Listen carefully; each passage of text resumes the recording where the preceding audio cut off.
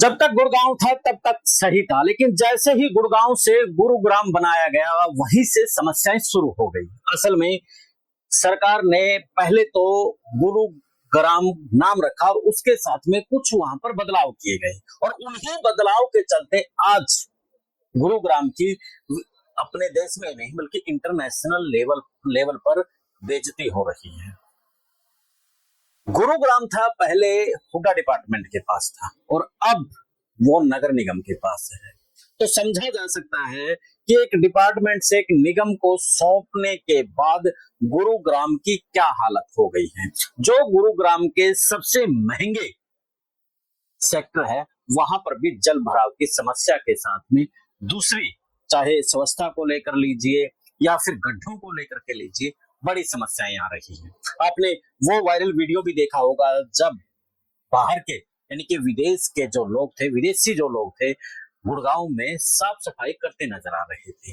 आपको एक किस्सा सुनाता हूं मैं। जब स्वामी विवेकानंद किसी देश के अंदर गए हुए थे, स्वामी विवेकानंद थे या श्रद्धानंद थे, एक यानी कि गए हुए थे, तो उस वक्त उस देश जापान की बात है, तो जापान के वहां पर जब भारत को लेकर के कुछ कहा गया तो उन्होंने, स्वामी विवेकानंद ने तभी उस फरमाइश पूरी कर दी और उन्होंने तुरंत कहा कि आप भारत को लेकर के ये बात मत कहिएगा। यानी कि तब भारत की जो गरिमा है, जो मान सम्मान है, उसके लिए सब कुछ किया जाता था, लेकिन आज वोट बैंक ने सब कुछ धराशायी कर दिया है। आज सिर्फ और सिर्फ पैसा नजर आता है। यानी कि किस्सा शुरू होता है 2014 से, जब गुड़गांव को हुड्डा डिपार्टमेंट चलाता था, लेकिन 2016 में आकर के ऐसा क्या होता है कि वहां पर समस्याएं उत्पन्न हो जाती हैं और इसके साथ में जाम की भी समस्या 2016 के बाद शुरू होती है। इससे पहले गुड़गांव में, जब गुड़गांव था, गुड़गांव और गुरुग्राम में बड़ा फर्क है। जब तक वो गुड़गांव था तब तक वहां पर जाम नहीं लगता था और आज गुरुग्राम है, स्थिति ये बनती है कि वहां पर कई घंटों के जाम के बाद घर या दफ्तर में पहुंचा जाता है।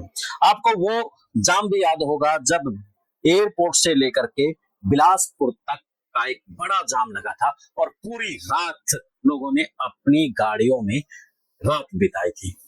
तो इसी तरीके से जो गुड़गांव और गुरुग्राम में आप जमीन आसमान का फर्क देख सकते हैं कि गुड़गांव में जाम नहीं लगता है, गुड़गांव में रोड जाम होने के साथ जल भराव की समस्या नहीं होती है, गुड़गांव के अंदर उस तरीके से भ्रष्टाचार नहीं था। और अब जैसे ही गुरुग्राम हुआ, रेटों में जो जमीनें हैं वहां पर आसमान को छूने लगी, लेकिन समस्याएं मुंह बा करके वहां पर खड़ी हो गई है।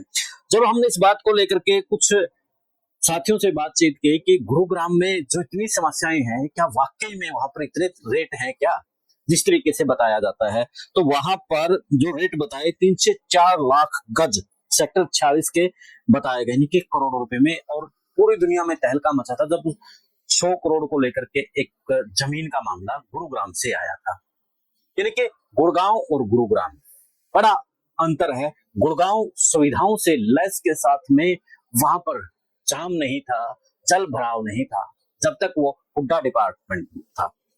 अब हुड्डा डिपार्टमेंट को भी HSVP इसलिए कर दिया क्योंकि भूपेंद्र सिंह हुड्डा के साथ में हुड्डा लगता है और इसके साथ भी ये डिपार्टमेंट का नाम भी तो हुड्डा था।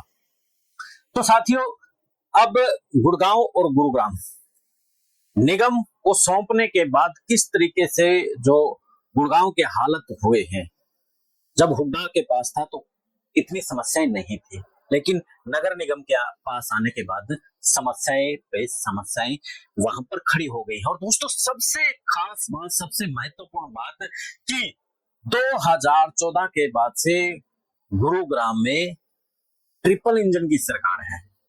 मेयर से लेकर के MLA और MP सब बीजेपी के हैं और फिर भी हालात क्या है। वहां के जो माननीय विधायक हैं वो भी इस बात को लेकर के कह रहे हैं कि शोर शराबा करने की जरूरत नहीं है। अब इस बात को सोचने वाले, समझने वाले कहेंगे कि जब आप विपक्ष में थे तब क्यों हुल्ला करते थे। अब वहां से सांसद भी है, मेयर भी है, विधायक भी है, एक नहीं 3-3 विधायक गुड़गांव से आते हैं, लेकिन हालात फिर भी बद से बदतर है, रोड जाम के साथ जल भराव, गड्ढों के साथ में गंदगी इस वक्त गुरुग्राम में जीना मुहाल कर रखा है, इनके जीना दुर्भर कर रखा है। तो साथियों, अगर आप गुरुग्राम से हैं, क्या कुछ हालात हैं, हमें बताइएगा जरूर कमेंट करके, और साथ में हमारा जो व्हाट्सएप नंबर है इसके ऊपर आप वहां के हालात की जो वीडियोज है वो भी भेजिएगा। मिलते हैं फिर एक नए मुद्दे के नए विश्लेषण के साथ। जय हिंद, जय भारत, जय हरियाणा।